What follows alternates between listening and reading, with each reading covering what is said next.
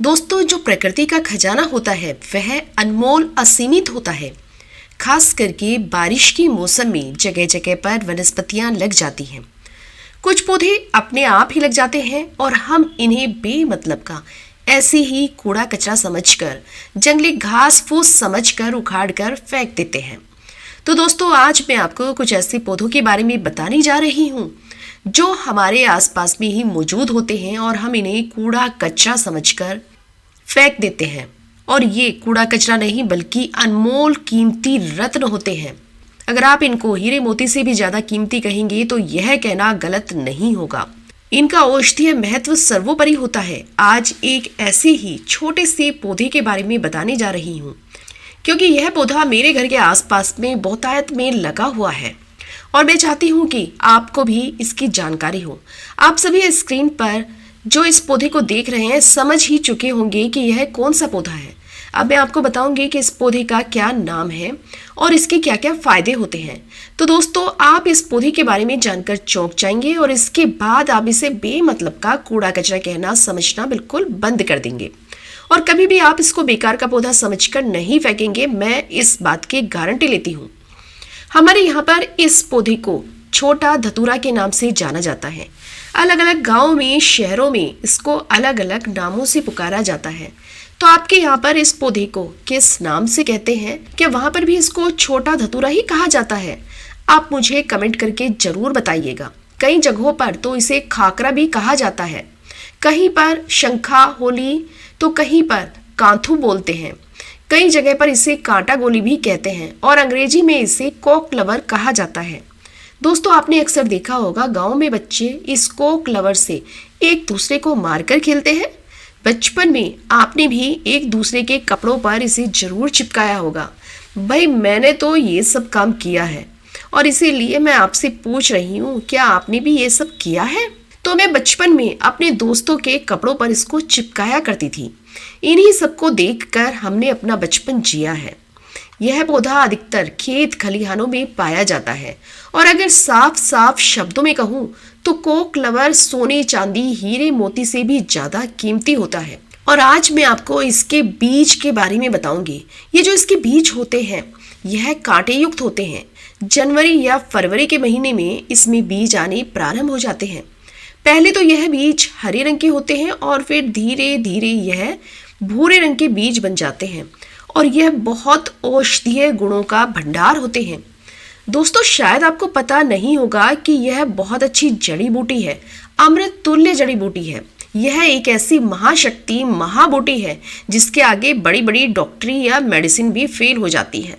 तो आइए अब इस कचरा कहे जाने वाले पौधे को अपना सर दर्द समझना बिल्कुल बंद कर दीजिए, क्योंकि यह एक बहुत ही पावरफुल जड़ी बूटी है जो कि हर बरसात के मौसम में अपने आप ही लग जाती है। इसके फल कांटे युक्त होते हैं।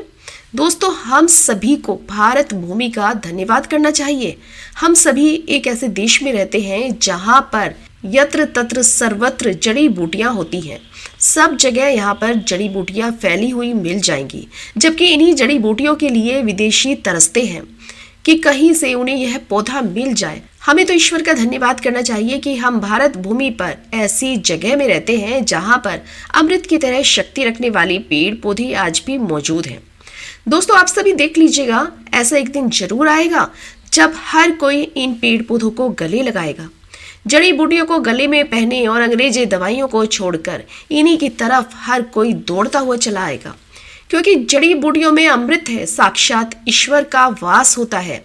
अभी तक यह जानकारी अनभिज्ञ थी, लोगों को पता ही नहीं था, लेकिन हमारे चैनल के माध्यम से हम हर किसी को जागरूक करने का पूरा प्रयास कर रहे हैं ताकि लोग अंग्रेजी दवाइयों से अपने शरीर को खराब ना करें।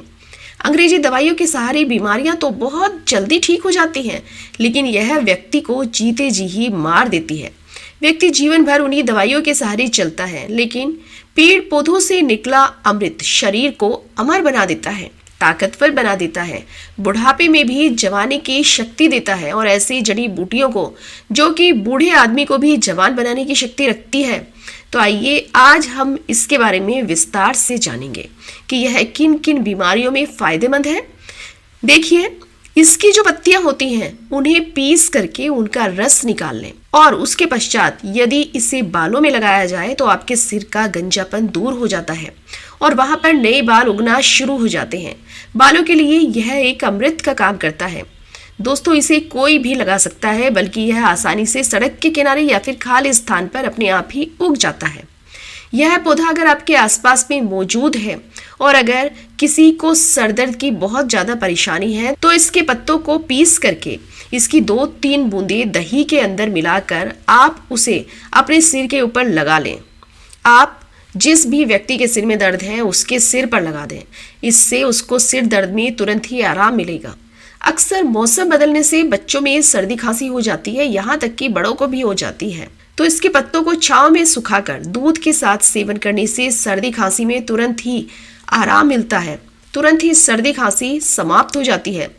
दोस्तों, यह हर प्रकार की कमजोरी को दूर करने के लिए रामबाण का कार्य करता है। देखिए, आजकल के समय में अधिकतर लोग कमजोरी की समस्या से परेशान हैं, क्योंकि हमारा लाइफस्टाइल इतना ज़्यादा खराब हो चुका है कि हम अपने शरीर की ओर ज़्यादा ध्यान ही नहीं देते हैं। हम अपने शरीर को उसकी ज़रूरत के अनुसार सारे पोषक तत्व नहीं दे पाते हैं। तो चलिए जानते हैं कि इसका सेवन किस प्रकार से करना चाहिए। आगे बढ़े उससे पहले आप सभी से एक विनम्र निवेदन है कि यदि अभी तक आपने वीडियो को लाइक नहीं किया है तो वीडियो को लाइक करके चैनल को सब्सक्राइब कर लीजिए, जिससे कि प्रतिदिन आपको इसी प्रकार की जानकारी प्राप्त होती रहे। अब आप सबसे पहले इसके पत्तों को सुखा करके इसका चूर्ण बना लें। फिर इसे दूध के साथ सेवन करने से आपके अंदर यौन शक्ति बढ़ती है और जिस भी प्रकार की कमजोरी है वह कमजोरी हमेशा हमेशा के लिए दूर हो जाएगी। बहुत ही सिंपल सा उपाय है दोस्तों। अगर आप इसका इस्तेमाल कर सकते हैं तो यह मर्दों के लिए बेहद ही कारगर है। अब मैं आपको इस पौधे का एक और चमत्कारी उपाय बताती हूँ। चर्म रोग पर इसका रस लगाने से धीरे धीरे चर्म रोग पूरी तरह से ही समाप्त हो जाता है। दोस्तों, अक्सर आपने देखा होगा कि छोटे बच्चे को फोड़े फुंसी हो जाते हैं या फिर घाव हो जाते हैं, तो उसमें भी आप इसकी पत्तियों का पेस्ट लगाएं, थोड़ी ही देर में फोड़े फुंसी ठीक हो जाएंगे। चेचक के जो दाग होते हैं ना, उसमें भी आप इस पौधे की पत्तियों का रस लगाएं तो वह दाग धब्बे पूरी तरह से समाप्त हो जाएंगे और घाव ठीक हो जाएंगे। इसी के साथ ही साथ इस पौधे के बारे में ऐसा भी कहा जाता है कि कोई नासूर रोग भी इस पौधे के द्वारा ठीक हो सकता है। अब मैं आपको बताऊंगी कि इस पौधे से आपको तेल कैसे बनाना है। आप किसी भी प्रकार का जो भी तेल इस्तेमाल करते हैं उसमें आप इसके रस को मिला लें और फिर अपने बालों में अप्लाई करें। तो इसके लिए आप अपने बालों में जो भी तेल लगाते हैं उस तेल में आप इसके थोड़े से रस को मिला लें। उसके बाद आप इस तेल को अपने बालों में इस्तेमाल करें। आप जो भी तेल इस्तेमाल करते हैं, चाहे वह नारियल का तेल हो या फिर सरसों का तेल हो, तो उसमें सबसे पहले छोटे गोखुर की कुछ पत्तियां लें। इन पत्तियों को उस तेल में डाल दें। उसके पश्चात आप इस तेल को गर्म करके उबाल लें और फिर उसके पश्चात आप इसे छान लें। अब आप हर रोज इस तेल को अपने सिर के स्कल्प में लगाकर मालिश करें। ऐसा करने से आपके सिर में कभी भी सफेद बालों की कोई समस्या नहीं होगी। आपके बाल हमेशा काले और घने बने रहेंगे। दोस्तों, मुझे उम्मीद है कि आज के बाद से आप कभी भी इन पौधों को बेजान या फिर कूड़ा कचड़ा समझना बंद कर देंगे।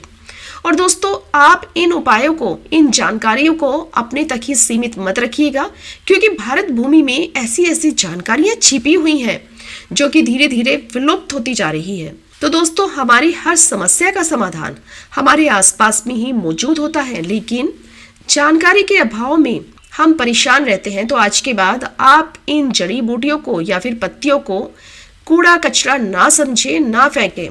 पेड़ पौधे, वनस्पति, जड़ी बूटियों की जानकारी होना बेहद ही जरूरी होता है। कई लोग ऐसे होते हैं जिन्हें पेड़ पौधों की जानकारी ना होने की वजह से वह बार बार पैसा खर्च करते रहते हैं और लाइलाज बीमारी से जूझते रहते हैं। हर प्रकार की जड़ी बूटी, हर प्रकार के पेड़ पौधों में कुछ ना कुछ गुण जरूर होते हैं और अगर आपको पहले से ही यह जानकारी पता हो तो आपको परेशान होने की कोई आवश्यकता नहीं होगी। इस वीडियो को ज़्यादा से ज़्यादा अपने परिवार के हर सदस्य और अपने दोस्तों के साथ शेयर जरूर करिएगा। वीडियो पसंद आए तो वीडियो को लाइक करके चैनल को सब्सक्राइब करके पास वाला बेल आइकन जरूर दबा दीजिएगा। आपसे पुनः भेंट होगी एक नई जानकारी के साथ, आपकी नई समस्या के समाधान हेतु। धन्यवाद। जय श्री राम।